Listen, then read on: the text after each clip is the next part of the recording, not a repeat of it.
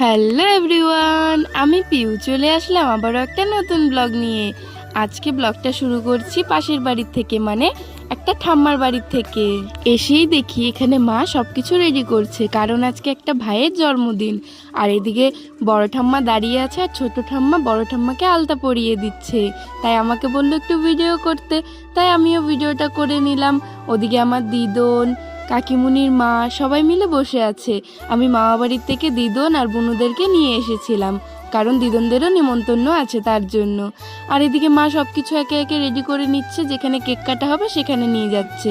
আর এই যে ভাইটা দেখতে পাচ্ছ কোলে, এই ভাইটারই আজকে জন্মদিন, আজকে ভাইটার 1 বছর হবে। আর এদিকে মা দেখো টুপিটা নিয়ে কি করছে। আর ওদিকে সবকিছুই রেডি করা হয়ে যাচ্ছিল, কারণ কেক কাটার পরেই তো সবাই খেতে বসবে তার জন্য।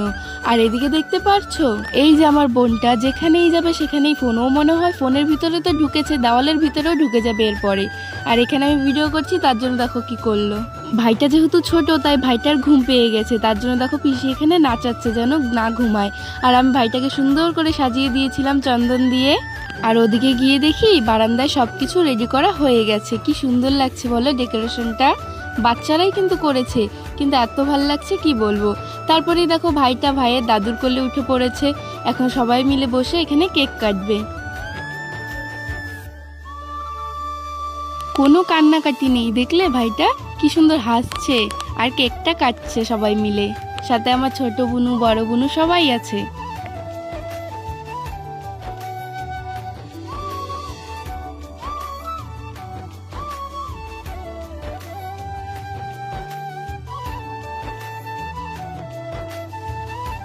তারপরে কেক কাটা হয়ে যাওয়ার পরে এখানে দেখো আমার মা কি করছে, এত বড় মিষ্টিটা কি ভাইটা খেতে পারবে, তাও মা মুখের সামনে ধরে রেখেছে। আর ভাইটা তো খেতেই চাচ্ছে, কিন্তু খেতে তো আর পারবে না, তাই না। তারপরে এখানে দেখো স্প্রে দিয়ে সবাইকে একদম ভূত বানিয়ে দিল।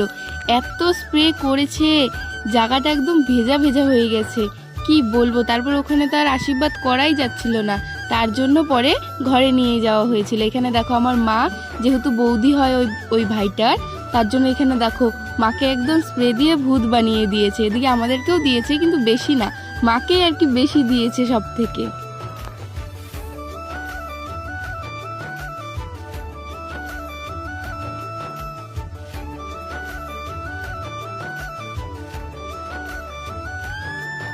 এদিকে দেখো কাকিমুনি আর মা নাচ করছে, বলা হচ্ছে যে জিনিসগুলো ঘরে নিয়ে যাও, আশীর্বাদ করা হবে, কিন্তু কাকিমুনি আর মার নাচই কমে না। এই যে কাকিমুনিটা নাচ করছে, এটাই হলো ভাইটার মা।